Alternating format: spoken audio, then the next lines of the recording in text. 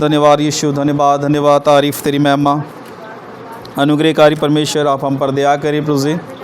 आज के वचन के द्वारा हम पर कृपा करें। हालेलुया, दोस्त बोले हालेलुया, हालेलुया। आज हम कुछ खास विषय के ऊपर ध्यान देंगे। हम देखेंगे कि परमेश्वर ने किस प्रकार हमें आशीष किया और परमेश्वर के कुछ नियमों को देखेंगे। हालेलुया। बाइबल में 613 नियम है। कितने नियम हैं? 613 नियम। ये यहूदी लोगों को दिए गए थे। किनको? यहूदी लोग, ठीक है, जो मिस्र की गुलामी में से आए थे। ये इसलिए दिए गए ताकि वो परमेश्वर के साथ चलें। इसलिए इसमें ज़्यादातर लोग 10 आज्ञाओं का ज़्यादा जिक्र करते हैं। किसकी आज्ञाओं का? 10 आज्ञा। पर टोटल कितनी आज्ञाएं हैं? 613। कितने? देखिए 613 नियम हैं, पर जो ज़्यादा लोगों को मालूम है वो जब 10 आज्ञा ही हैं, ठीक है। उसमें से, ठीक है, सबसे बात जो है जिसे बोलते हैं विश्राम दिन या बोले सबत। क्या बोलते हैं? विश्राम या सबत का दिन बोलते हैं। ये एक आज्ञा है। तो शब्द के दिन को तो क्या करना? मानना, ठीक है। आज हम इस विषय के ऊपर ध्यान देंगे, बाइबल क्या कहती है, ठीक है। जो ये विश्राम जो दिन है, ठीक है, ये हम इसे शब्द भी बोलते हैं या सबत भी बोल सकते हैं, ठीक है। विश्राम दिन को क्या बोलते हैं? सबत भी बोला जाता है। इसका मतलब है कि उस दिन कोई कामकाज नहीं करना है। ये परमेश्वर की आज्ञा है। पर एक बड़ी खास बात है बाइबल में, यदि हम देखें उत्पत्ति में हम देखते हैं, आदम को देखते हैं, हवा को, कि परमेश्वर ने कैसे सृष्टि की रचना की। जैसे हम पीछे भी देखा, परमेश्वर दिन को बनाया, रात को बनाया, हमने देखा है। और मूसा तक, आदम से लेके मूसा तक हम इस विश्राम दिन का जिक्र नहीं सुनते हैं। अब आदम से लेके मूसा तक शब्बत के दिन को किसी ने नहीं मनाया, विश्राम दिन को नहीं मनाया है। बाइबल में ऐसा हम देखते हैं। फिर सोचिए, अगर हम पढ़ते हैं जब दिन बनाए गए वो आदम के समय ही बनाए गए, पर उसका कोई जिक्र नहीं है मूसा तक, ठीक है। और इसका जिक्र कब होता है? जब इज़राइली मिस्र की गुलामी से जब बाहर आते हैं, तब परमेश्वर उनको आज्ञा देता। क्या देता है? आज्ञा देता है। ये आज्ञा देने का एक कारण है, क्योंकि परमेश्वर ने अब्राहम को बोला था, भी तेरी जो संतान है पराए देश में गुलाम रहेगी। कितने? कौन से देश में? पराए देश में, मिस्र में गुलाम रहेगी। और 430 साल, कितना? 430 साल, कितनी पीढ़ियाँ, ठीक है ना। तो तेरी जो संतान है, ठीक है, वहाँ गुलाम रहेगी 430 साल। हम बाइबल में देखते हैं गुलाम। और जब वो गुलाम हो गई तो परमेश्वर को नाम ही भूलना शुरू हो गया। नाम भूल गई, मालूम ही नहीं था। और वो जो मिस्र के जो राजा थे, बड़े ही कठोर थे, बड़े ही कठोर थे। 7 दिन काम कराया करते थे, 7 दिन, कोई आराम नहीं, कोई प्रार्थना नहीं, कोई आराधना नहीं, कोई भक्ति नहीं। सिर्फ क्या था? 7 दिन काम कराना, 7 दिन काम कराना। और प्रभु का वचन में लिखा है, इज़राइली लोग बड़े ही परेशान थे, वो परमेश्वर को भूल चुके थे।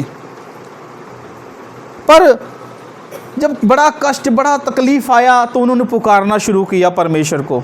कुछ लोग थे जो यहोवा परमेश्वर को जानने वाले थे, उन्होंने पुकारना शुरू किया, हे परमेश्वर हम पर कृपा कर, हे हम परमेश्वर हम पर कृपा कर। उस समय परमेश्वर ने क्या किया? अपने दास मूसा को तैयार किया इज़राइल को मिस्र की गुलामी से छुड़ाने के लिए। मेरी बात समझ रहे हैं? पहली बात याद रखना, 430 साल इज़राइली मिस्र में गुलाम रहे।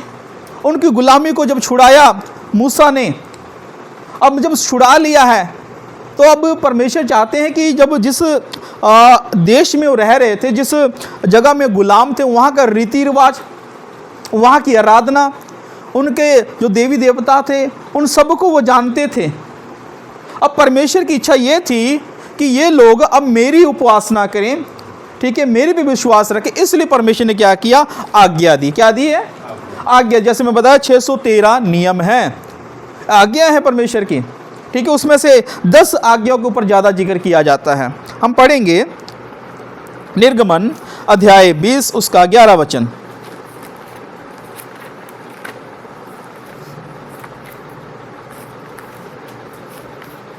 क्योंकि 6 दिन में यहोवा ने आकाश और पृथ्वी और समुद्र और जो कुछ उनमें है सबको बनाया और 7वें दिन विश्राम किया। इस कारण यहोवा ने विश्राम दिन को आशीष दी और उसको पवित्र ठहराया। हाँ, ठीक है। परमेश्वर ने क्या किया? 6 दिन में क्या किया? आकाश और पृथ्वी, समुद्र, जो कुछ उसमें है सबको बनाया है। और 7वें दिन परमेश्वर ने क्या किया? विश्राम किया, आराम किया। और परमेश्वर ने कहा विश्राम दिन को परमेश्वर ने क्या किया? आशीष दी है, उसको पवित्र ठहराया है। पर ये अगर ये बात हम देखते उत्पत्ति में हमें करें तो परमेश्वर ने कोई आराधना को कोई दिन नहीं दिया था। उत्पत्ति से लेकर, ठीक है, हम पढ़ते हैं निर्गमन में जब आ जाते हैं तो हम पता लगता है कि मूसा तक कोई समय नहीं था आराधना के लिए, कोई ख़ास दिन नहीं दिया गया था। बाइबल के अगर हम इतिहास को देखते हैं, बाइबल के अगर नियम को देखते हैं, कोई रूल नहीं था आराधना का। जैसे उनको अच्छा लगता था वो परमेश्वर की महिमा करते थे, जैसे उनको अच्छा लगता था, ठीक है। मैंने आपको पहले बताया ये रूल कब आया? मूसा के समय में। मूसा कौन है? परमेश्वर का अभिषेकी दास, वो मूसा जिसने इजराइलियों को मिस्र की गुलामी से छुड़ाया है, ठीक है। और ये आज्ञा दी, ठीक है। अगर हम आज्ञा को पढ़ते हैं तो 10 आज्ञा हैं, वो आपने पढ़ना है बाद में अपने घरों में, ठीक है। पर जो हमारा आज का विषय है शब्द के बारे में, ठीक है। ये 10 आज्ञाओं में एक शब्द आज्ञा है कि शब्द के दिन को तुम क्या करना? मानना। क्या करना है? मानना, ठीक है। अब निकाल निर्गमन 31 उसका 16 और 17 वचन।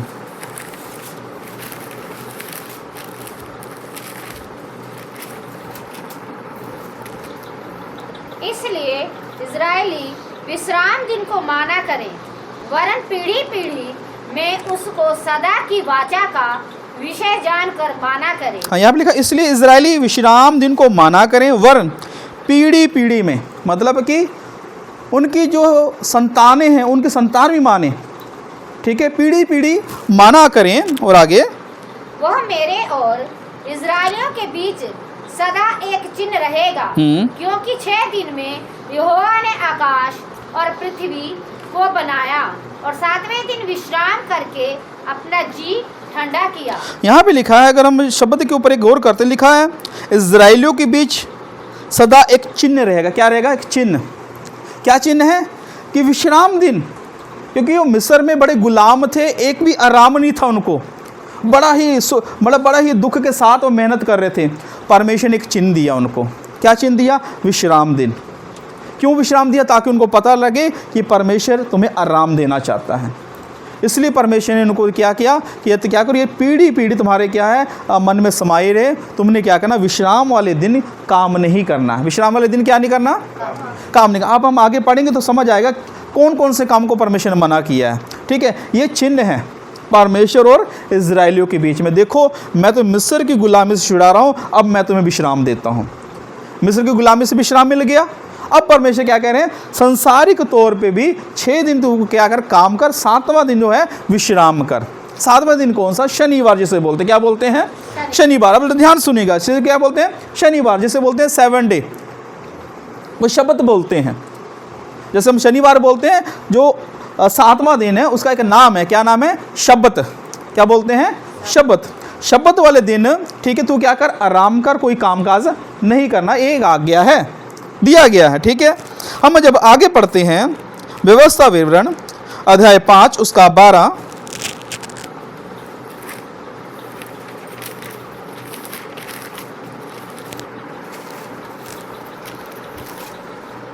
तू विश्राम दिन को मानकर पवित्र रखना, जैसे तेरे परमेश्वर यहोवा ने तुझे आज्ञा दी। हाँ, क्या लिखा? तू विश्राम दिन को मानकर पवित्र रखना, जैसे तेरे परमेश्वर यहोवा ने तुझे ये आज्ञा है। क्या करना? उसको दिन को पवित्र करना। क्या करना? कोई भी पाप नहीं होना चाहिए उस दिन। पवित्र रखना। लिखा 6 दिन तू परिश्रम करके अपना सारा काम काज करना, परंतु 7वां दिन तेरे परमेश्वर यहोवा के लिए विश्राम दिन, उसमें तू किसी भांति का काम काज ना करना, किसी भी भांति का। 7वां दिन क्या परमेश्वर ने आज्ञा दी है, क्या नहीं करना, किसी भी भांति का कोई भी काम अगर तू करता उसको नहीं करना। यहाँ पे लिखा तेरा बेटा, तेरी बेटी, ना तेरा दास, ना तेरी दासी, ना तेरा बैल, ना तेरा गधा, ना तेरे कोई पशु, ना कोई परदेसी भी जो तेरे फाटकों के भीतर हो, और जिसमें तेरा दास और तेरी दासी तेरे समान विश्राम करें। जानवरों तक को भी परमेश्वर ने बोला था कोई काम नहीं करना है, किसी भी भांति का कोई काम नहीं करना। कौन से दिन? शनिवार, शब्बत वाले दिन। आपने शब्बत बोलना, क्या बोलना? शब्बत, शनिवार वाले दिन काम नहीं करना, जानवरों तक नहीं करना। जानवर तक भी तुम्हारे काम ना करें, जो तुम्हारे अंदर नौकर हैं वो भी काम ना करें, आज्ञा है तुम्हें।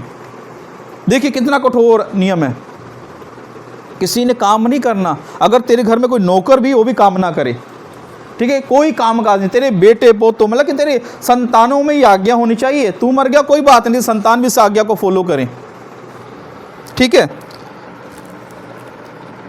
और 15 पढ़ें। और इस बात को स्मरण रखना कि मिस्र देश में तू आप दास था। क्या लिखा? तो याद रख, तू मिस्र देश में क्या था? दास था, गुलाम था। तू मिस्र में गुलाम था। आगे, और वहां से तेरा परमेश्वर यहोवा तुझे बलवंत हाथ और बढ़ाई हुई भुजा के द्वारा निकाल लाया। इस कारण तेरा परमेश्वर यहोवा तुझे विश्राम दिन मानने की आज्ञा देता है। हाँ, क्यों? अब देखिए क्यों आज्ञा दी परमेश्वर ने, क्योंकि तू मिस्र में गुलाम था, तू दास था, इसलिए खुदा तुझे निकाल के लेके आया। तू क्या करे? आराम करे।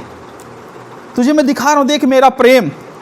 मिस्र में तू गुलाम था, इसलिए मैं तुझे क्या करता हूँ? विश्राम दिन देता हूँ। इसलिए विश्राम दिन दिया गया ताकि वो आराम कर सके। अब उनके ऊपर जो बोझ था ना, मेहनत जो कर रहे थे, उनके ऊपर क्या हो, थोड़ा सा आराम आ जाए। ऐसा लिखा हो यहाँ पे, परमेश्वर यहोवा तुझे विश्राम दिन मानने की आज्ञा देता है। हालेलुया। क्योंकि परमेश्वर तुझे निकाल के लेके आया मिस्र से, इसलिए अब तू आराम करना इस दिन। कोई भी तेरे घर में उनको भी आराम करने देना, तू भी नहीं काम करना, तेरे बच्चे भी काम ना करे, तेरे जानवर भी ना काम करे, तेरे दास तेरे दासी कोई भी हो काम ना करे। ये आज्ञा है। मेरी बात समझ रहे हैं? कितने लोगों को समझ आ रहा?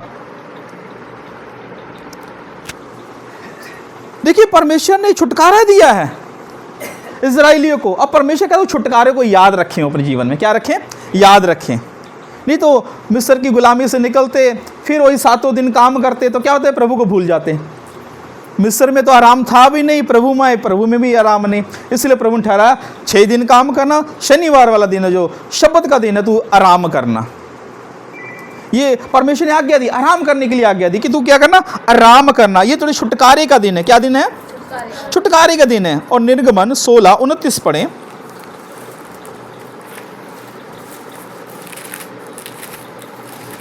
सोलह की 29।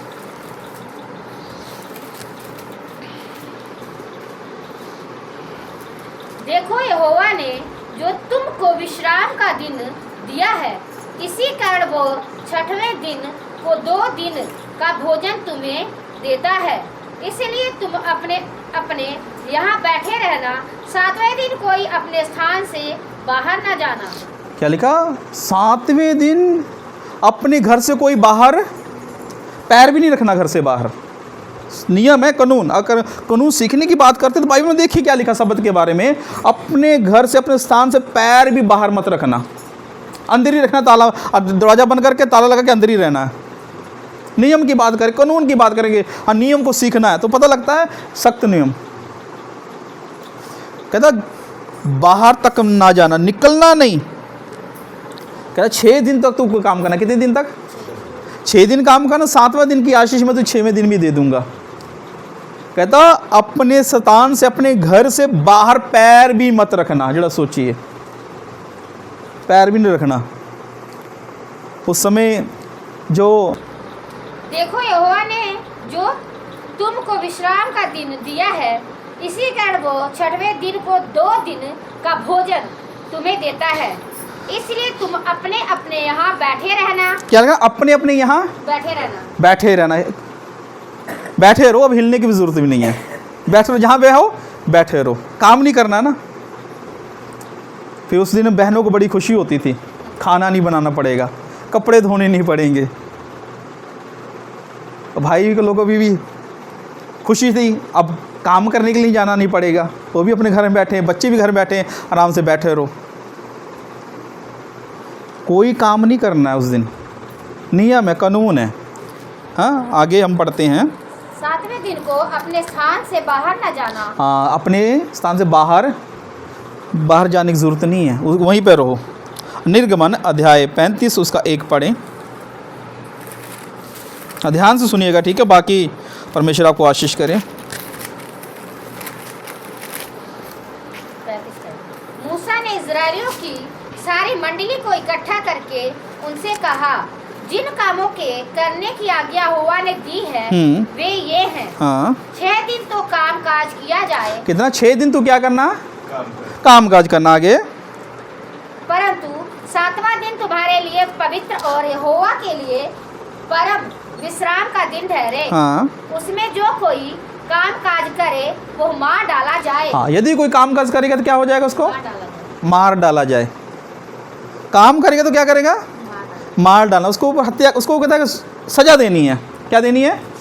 देखिए, सख्त नियम है। अगर कोई सब्बत को मानता है तो उसका मतलब उसको बाहर जा रहा घर से, खाना पका उसको मार दो, ये नियम है खुदा का। कितना सख्त नियम है। और कोई काम काज करता हो, पकड़ा गया, उसको क्या कर दो?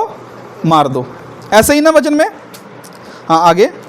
वरन विश्राम दिन तुम अपने अपने घरों में आग तक न जलाना। अपने अपने घरों में आग तक, मैं पहले ही बोलता, खाना तक नहीं बनाना। बहनें बड़ी खुश होगी उस दिन, खाना ही नहीं बनाना पड़ेगा।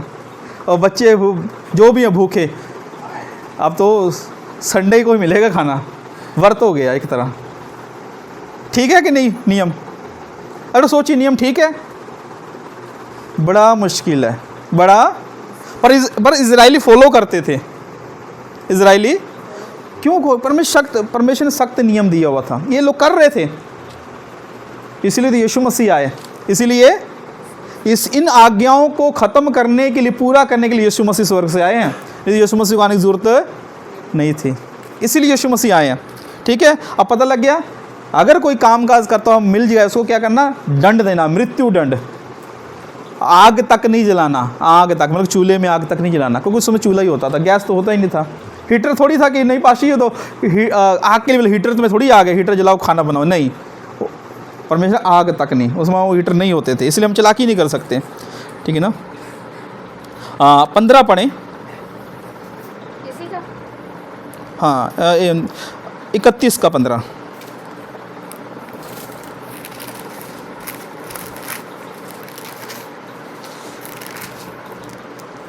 6 दिन तो काम काज किया जाए, पर 7वां दिन परम विश्राम का दिन और यहोवा के लिए पवित्र है।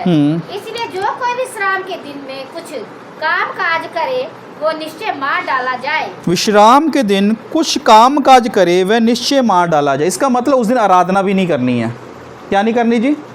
प्रार्थना भी नहीं करके। जब घर से नहीं निकलना तब प्रार्थना कहाँ होगी? समझेगा तो ना?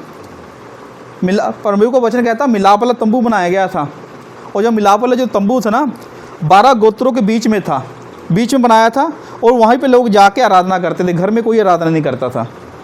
तो जो 7वां दिन है, जिसे शब्बत का दिन बोलते हैं, उस दिन कोई काम काज ना करे। क्या ना करे? काम काज ना करे, कुछ भी करने की जरूरत, आराधना भी नहीं की जाती थी। कुछ लोग बोलते हैं शब्बत के दिन आराधना करनी चाहिए, बाइबल में नहीं लिखा है, बाइबल में नहीं लिखा। इसका नियम कानून क्या? घर में बैठे रहो, बस प्रभु का नाम लेते रहो, आराधना तक नहीं करनी, प्रार्थना तक नहीं, मतलब जाना नहीं। जैसे तुम मंदिर में जाके करते थे वैसा तुमने नहीं करना। जब तुम घर से नहीं निकले तो वहाँ से आराधना कैसी होगी? नहीं है आराधना, लिखा ही नहीं है ऐसा कुछ। हालेलुया। देखिए, अभी तक हमने देखा कि जो नियम है बड़े सख्त हैं। आप अपने घर में आग नहीं जलानी, कोई काम काज नहीं करना, कुछ भी नहीं करना है। बड़ा सख्त नियम है। और सोचिए किस प्रकार इजरायली रोग लेते होंगे। एक बार एक व्यक्ति जो है वो लकड़ियाँ बीनते हुए पकड़ा गया। क्या बीनते हुए पकड़ा गया? लकड़ियाँ। खेत में चला के लकड़ी बीन रहा था। वो कौन से दिन? शब्बत वाले दिन। और लोगों को पता लगा, लोगों ने पकड़कर उसको क्या किया? बंद किया जेल में बंद किया। और मूसा के पास लगे, पूछे। मूसा ने प्रार्थना की प्रभु के, प्रभु बता ये सब्बत के दिन काम करता हुआ पकड़ा, इसके साथ क्या करें? परमेश्वर ने आज्ञा दी। आज्ञा क्या है? मृत्यु दंड, इसको मार दो। लकड़ी बीनते हुए पकड़ा गया था एक व्यक्ति, कितना सख्त नियम है। इसलिए आज बहुत से लोग बोलते सब्बत का दिन मनाओ, सब्बत का दिन मनाओ। ठीक है, मनाइए, पर ये जो आज्ञा इनको भी तो हमें ध्यान देना पड़ेगा। सिर्फ ये कहने से नहीं है, फिर इसको पूरा पूरा चलना पड़ेगा। इसलिए जो ये शब्द का जो दिन है, ये किसके लिए? यहूदियों के लिए था। किसके लिए था? यहूदियों के लिए। हम यहूदी नहीं हैं, हम यहूदी, हम मसीह लोग हैं। और यीशु मसीह ने इन आज्ञाओं को, जो 613 नियम है ना, उनको पूरा किया। और परमेश्वर ने क्या किया? नई आज्ञा हमें दे दी है। क्या दे दी है? नहीं, उसके वो कौन सी है? अनुग्रह आ गया हमारे ऊपर। अब क्या आ गया? अनुग्रह आ गया। अब प्रभु का वचन कहता, सोमवार से लेकर संडे तक जब मर्जी तुम आराधना कर सकते हो। अब जब संडे हम अगर आराधना कर रहे हैं, ये भी कोई परमेश्वर ने ठहराया दिन नहीं है, ये आपकी इच्छा है, क्योंकि छुट्टी है इसलिए इकट्ठे हो गए। स्पेशल कोई दिन परमेश्वर ने भी नहीं ठहराया, यीशु मसीह ने भी। ठीक है, हम जब आप आगे पढ़ेंगे तो हमें पता लगेगा।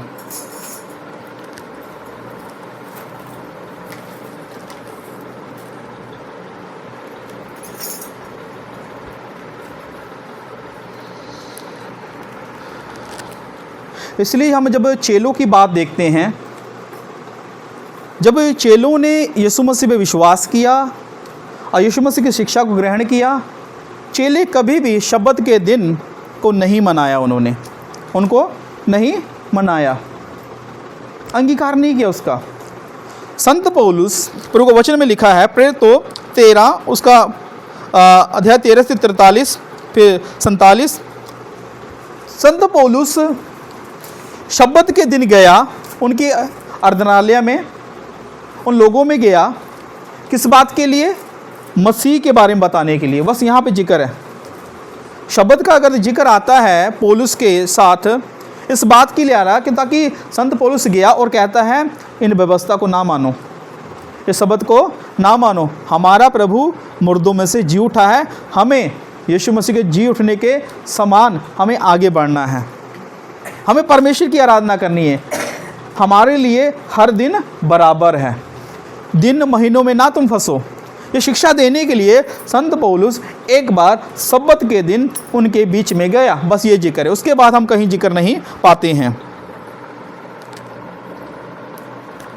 हाँ, पहला कुरिन्थियाँ अध्याय 9 उसका 20 पढ़ें। पहला कुरिन्थियाँ नहीं, उसको नहीं पढ़ना, वो बहुत बड़ा है।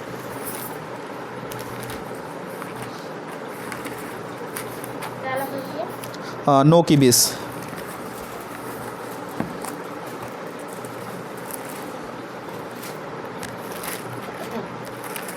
मैं यहूदियों के लिए यहूदी बना कि यहूदियों को खींच लाऊं।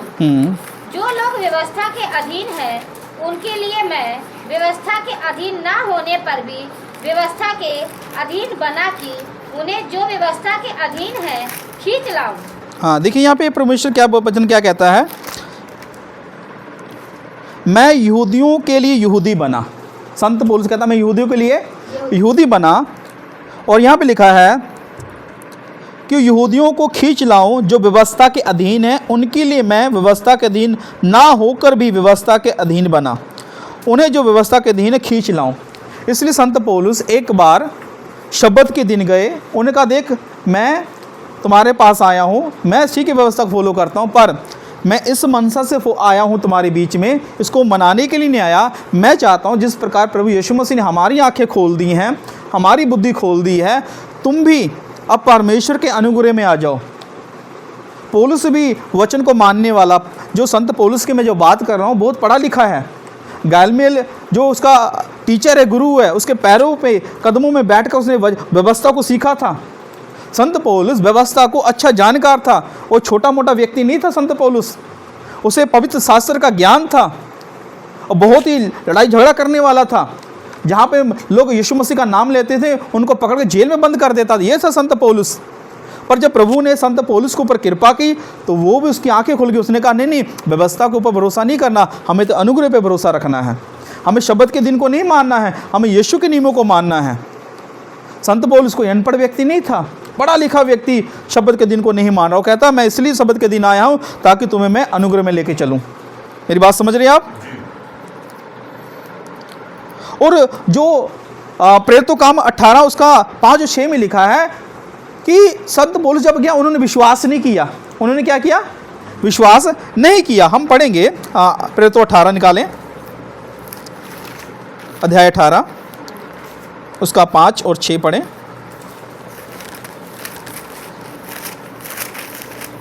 जब सिलास और तीमुथियुस मकिदुनिया से आए तो पौलुस वचन सुनाने की धुन में यहूदियों को गवाही देने लगा कि कहा यहूदियों को गवाही दे रहा। किनको? यहूदियों यहूदी कौन है?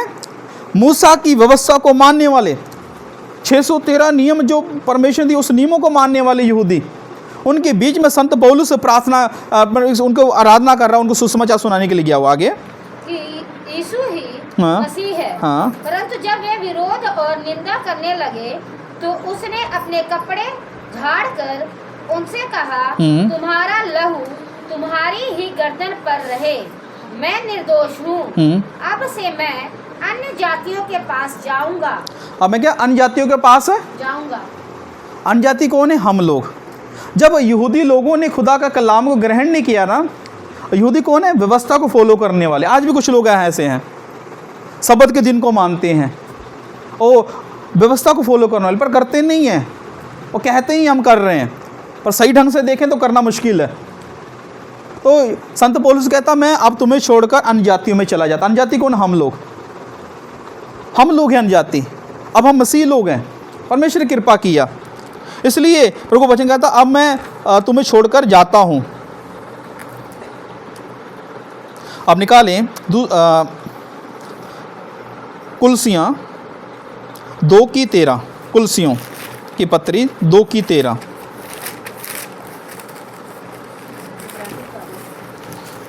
नहीं पहले गलातियाँ, इफ्से, कुलसियाँ।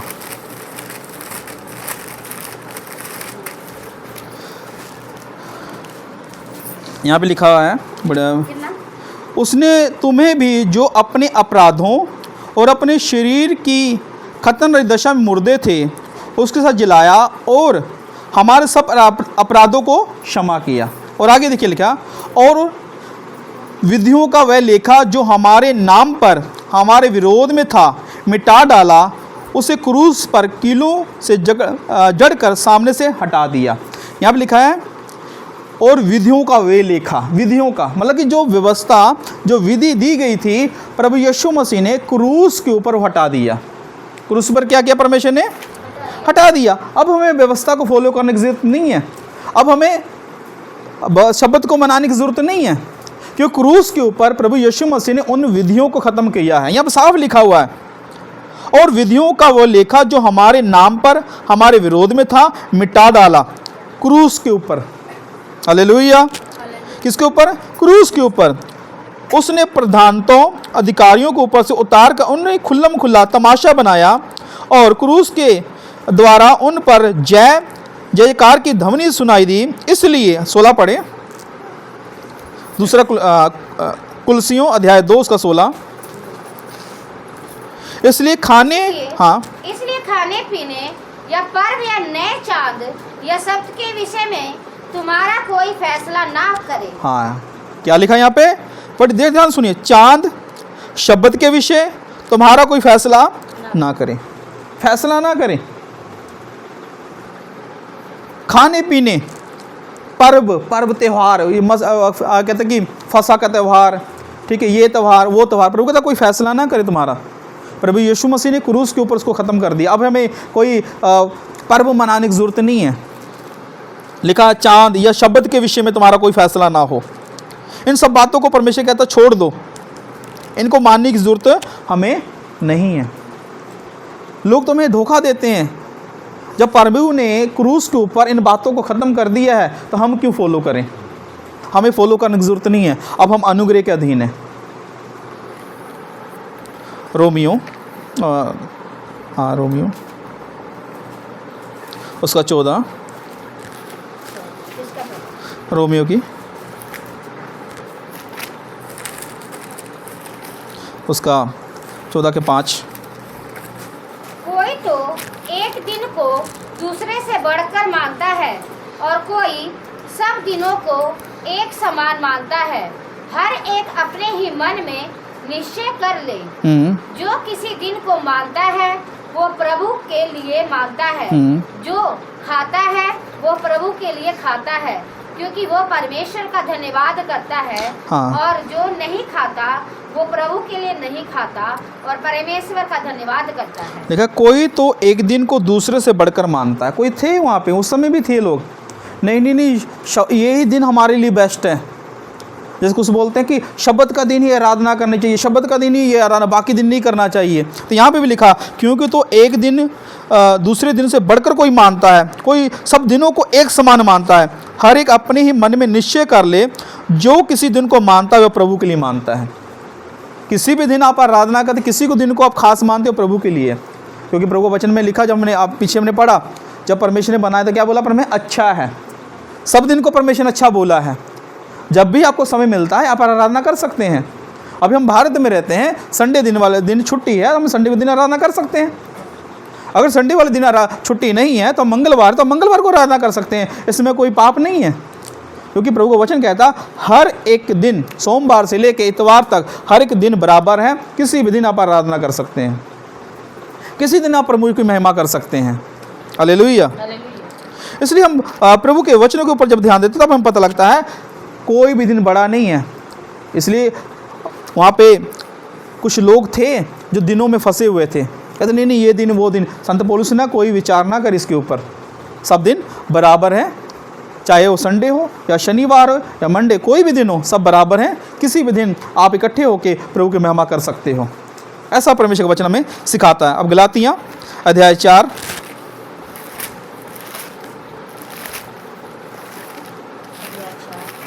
उसका 9।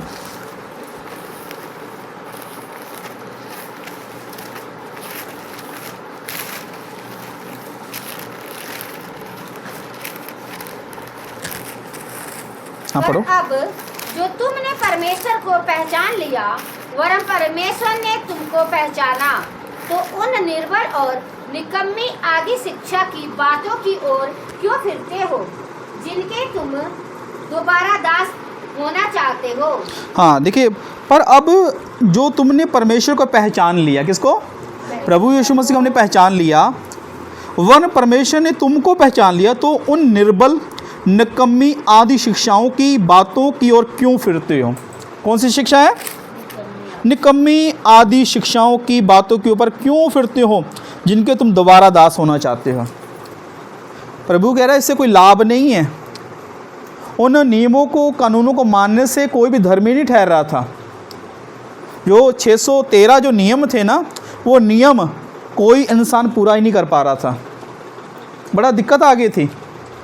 और जो शास्त्री फरीसी थे, इन्होंने और ज़्यादा इनको कठिन बना दिया था। इसलिए संत पौलुस यहाँ पे कह रहा है कि तुम उन आदि निकम्मी शिक्षाओं की ओर तुम्हारा मन ना फिरे, उनका दास ना बनो। आगे तुम दिनों और महीनों और नियत समय और वर्षों को मानते हो। मैं तुम्हारे विषय में डरता हूँ, कहीं ऐसा ना हो कि जो परिश्रम मैंने तुम्हारे लिए किया है वो व्यर्थ ठहरे। भाइयों, मैं तुमसे विनती करता हूँ, तुम मेरे समान हो जाओ, क्योंकि मैं भी तुम्हारे समान हो गया हूँ।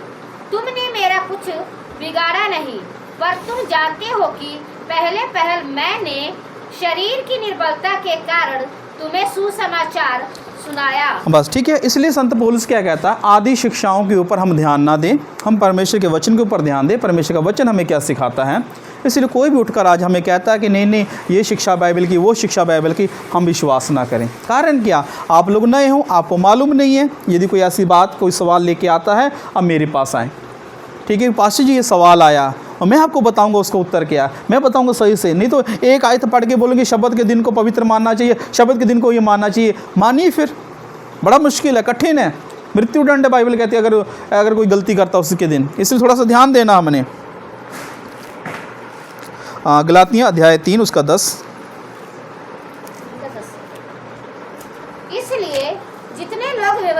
कामों पर भरोसा रखते हैं वे सब शाप के अधीन हैं। लिखा जितने लोग व्यवस्था के कामों पर भरोसा रखते हैं।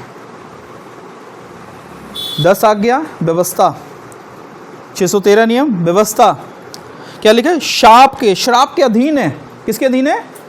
श्राप मतलब हमेशा दुख तकलीफ, जो परमेश्वर ने श्राप दिया वो श्राप के अधीन आ जाता है। फिर आगे, क्योंकि लिखा है जो कोई व्यवस्था की पुस्तक में लिखी हुई सब बातों के करने में स्थिर नहीं रहता वो शापित है। हाँ, 613 नियम आपको दिए गए हैं इजराइलियों को। कितने? 613। और उनमें से एक भी नियम यदि वो पूरा नहीं करेगा तो प्रभु को वचन कहता है वो श्रापित है। अब करके दिखाई 613। मैं 10 नियम की बात कर रहा था। ये लोग बोलते शब्द के दिन को मानो। फिर 613 नियम भी पढ़े हुए, वो अभी मैं बोला नहीं आपको, मैंने वो बोला नहीं, उसकी गिनती नहीं कराई मैंने, लिखे हुए मेरे पास कॉपी में लिखे हुए 613 नियम वचन के अनुसार लिखे हुए मेरे पास। फिर उसको पूरा लिखा, एक नियम यदि तोड़ोगे तो श्रापित हो। यहाँ तो 613 नियम है, मुश्किल एक मनुष्य पूरा कर ले। इसलिए यीशु मसीह को आना पड़ा स्वर्ग छोड़कर हमारे लिए, उन नियमों को पूरा करने के लिए।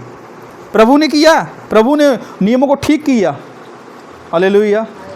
इसलिए व्यवस्था को हमने नहीं मानना है, व्यवस्था के ऊपर मन नहीं लगाना। व्यवस्था क्या करती है? हमें बताती है कि परमेश्वर के तक पहुंचाने का एक रास्ता है, बस व्यवस्था ये। व्यवस्था पाप के बारे में बताती है। बिना व्यवस्था के हम पाप को नहीं जान सकते हैं। व्यवस्था इसलिए दी गई ताकि हम मसीह तक पहुंच सकें। बिना व्यवस्था के मसीह को आप नहीं पहचान सकते। पाप कैसे परखा जाता है? लॉ के द्वारा, कानून के द्वारा। इसलिए व्यवस्था है पाप को पहचानने के लिए। जब यीशु मसीह पे आप आ जाते हैं, जब अनुग्रह जब आपके ऊपर आ जाता है, फिर व्यवस्था आपके ऊपर नहीं है। यदि फिर भी मसीह में आने के बाद भी बोलते हैं मैं ये इस व्यवस्था को मानूंगा, मैं वो व्यवस्था को मानूंगा, बहुत से लोग हैं व्यवस्था को फॉलो कर रहे हैं, पर वो वचन कहता है वो श्राप के अधीन है। और फिर पढ़े उस वचन को, इसलिए जितने लोग व्यवस्था के कामों पर भरोसा रखते हैं वे सब शाप के अधीन हैं। सब श्राप के अधीन है। जो व्यवस्था के कामों पे, शब्द के दिन के और भी बातों के ऊपर भरोसा रखते हैं, लेकिन श्राप के अधीन है। आगे, क्योंकि लिखा है जो कोई व्यवस्था की पुस्तक में लिखी हुई सब बातों के करने में स्थिर नहीं रहता वो शापित है। वो क्या है? श्रापित है। आगे, पर यह बात प्रकट है कि व्यवस्था के द्वारा परमेश्वर के यहाँ कोई धर्मी नहीं ठहरता, क्योंकि धर्मी जन विश्वास से जीवित रहेगा। हाँ, व्यवस्था के द्वारा कोई धर्मी नहीं ठहरता, नियमों के द्वारा कोई धर्मी ठहर नहीं सकता, क्योंकि पूरा ही नहीं कर पा रहा। पर कैसे ठहरता है? अनुग्रह के द्वारा। कभी परमेश्वर मौका देगा अनुग्रह के बारे में प्रचार करें, फिर आपको पता लगा अनुग्रह होता क्या है। ठीक है, अनुग्रह के द्वारा इंसान क्या है? धर्मी ठहरता है। आगे, पर व्यवस्था का विश्वास से कोई संबंध नहीं, क्योंकि जो उनको मानेगा वो उनके कारण जीवित रहेगा। हाँ, मसीह ने जो हमारे लिए शापित बना हमें मोल लेकर व्यवस्था के शाप से छुड़ाया। हाँ, लेकिन मोल लेके व्यवस्था से श्राप से छुड़ाया। मोल लिया कैसे? क्रूस के ऊपर यीशु मसीह ने आपके लिए लहू बहाया, छुड़ाया उस व्यवस्था से। ये किसको बोल रहा है संत पौलुस? यहूदी लोगों को। कहता कि अब तुम उन व्यवस्था को फॉलो ना करो, और नियमों को फॉलो मत करो। यीशु मसीह ने क्रूस के ऊपर जान दी है, उनको छुड़ा लिया। अगर अभी भी व्यवस्था को फॉलो करोगे श्राप के अधीन हो। आगे, क्योंकि लिखा है जो कोई काट पर लटकाया जाता है वो शापित है। यह इसलिए हुआ कि अब्राहम की आशीष मसीह यीशु में अन्य जातियों तक पहुंचने और हम विश्वास के द्वारा उस आत्मा को प्राप्त करें जिसकी प्रतिज्ञा हुई है। हालेलुया। इसलिए यीशु मसीह ने क्रूस के ऊपर जान दी और हमें व्यवस्था के श्राप से, उन यहूदी लोगों को व्यवस्था के श्राप से छुड़ाया। और जो यहूदी लोगों ने यीशु पे विश्वास किया, पर वो वचन कहता है उनके ऊपर अनुग्रह हो गया। क्या हो गया जी? अनुग्रह हो गया। रोमियो अध्याय 6 उसका 14 निकालें।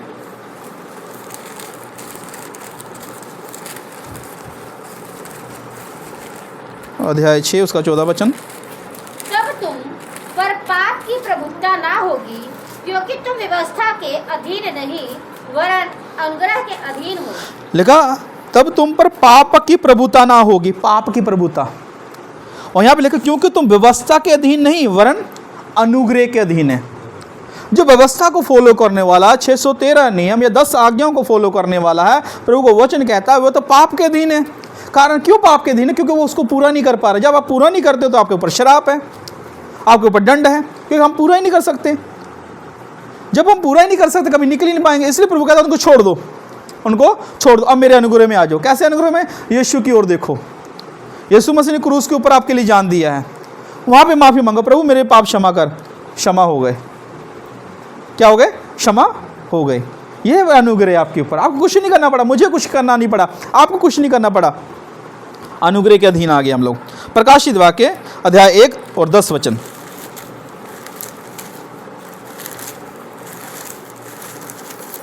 अध्याय 1 उसका 10 वचन। पर प्रभु के दिन आत्मा में आ गया और अपने पीछे तुरही का सा बड़ा शब्द ये कहते सुना, जो कुछ तू देखता है उसे पुस्तक में लिखकर सातों कलीसियाओं के पास भेज दे, अर्थात इफिसुस और स्मुरना और पिरगमुन और थुआतीरा और सरदीस और फिलदिलफिया और लौदीकिया को। हालेलुया। हालेलुया। लिखा मैं प्रभु के दिन में आत्मा में आ गया। प्रभु का दिन के कौन सा दिन है? संडे वाला दिन बोलते हैं, जिस दिन यीशु मसीह मुर्दों में से जी उठे हैं। इसलिए जो कोई अगर बोलता है शब्द के दिन मनाता है तो हम यीशु मसीह के जी उठने के दिन को मनाते हैं। हालेलुया। हालेलुया। जी उठने का दिन मनाते हैं, हम कह सकते हैं हम जी उठने के दिन मनाते हैं, क्योंकि यीशु मसीह इतवार वाले दिन मुर्दों में से जी उठे हैं। प्रभु धन्यवाद कर सकते हैं हम। इसे बाइबल के अनुसार यदि हम देखें, उत्पत्ति से हम प्रकाशी वक्त तक हम वचनों कुछ बातों को देखा है, बाइबल हमें सिखाती है कोई दिन दूसरे दिन से बड़ा नहीं है, सब दिन एक बराबर है, सब बराबर हैं। जब परमेश्वर कहता सब बराबर, तो हम एक दिन को क्यों पकड़ कर बैठे कि यही दिन आराधना करना है? ये गलत है। इसलिए शब्बत, जिसे विश्राम दिन कहते हैं, ये व्यवस्था थी, ये नियम था इजराइलियों के लिए। किसके लिए था? इजराइलियों के लिए, यहूदियों के लिए।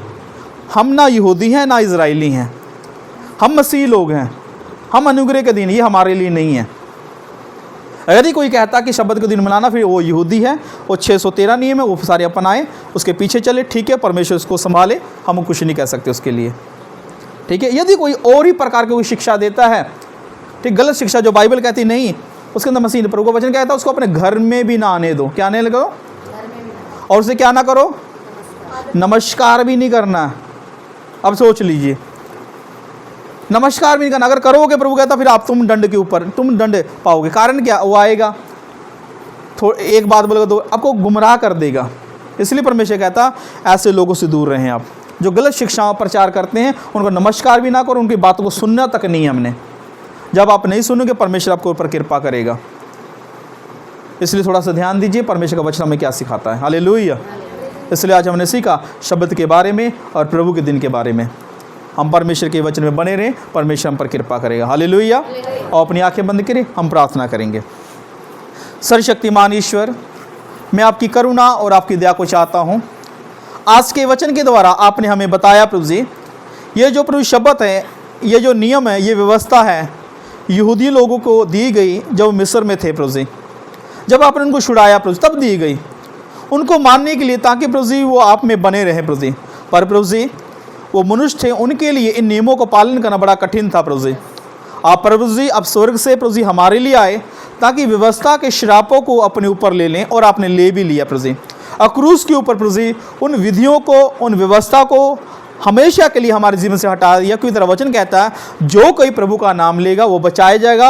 अब उसके ऊपर व्यवस्था का कोई अधिकार नहीं, क्योंकि प्रभु जी आपका वचन कहता है अब हम अनुग्रह के अधीन हैं। हे पिता, मैं प्रार्थना करता हूँ प्रभु जी, जितने लोग इस वचन को सुने प्रभु जी, भविष्य में प्रभु जी और सुन रहे प्रभु जी, आपका अनुग्रह इनके जीवन में कार्य करें। दुष्ट आत्मा की हर एक चालाकी, गलत शिक्षाएं इनके जीवन से, इनके परिवार से दूर होने पाए। हे पिता, हम पर कृपा करें, दया करें। यीशु नासरी के नाम में दुआ को मांगते हैं, आमीन।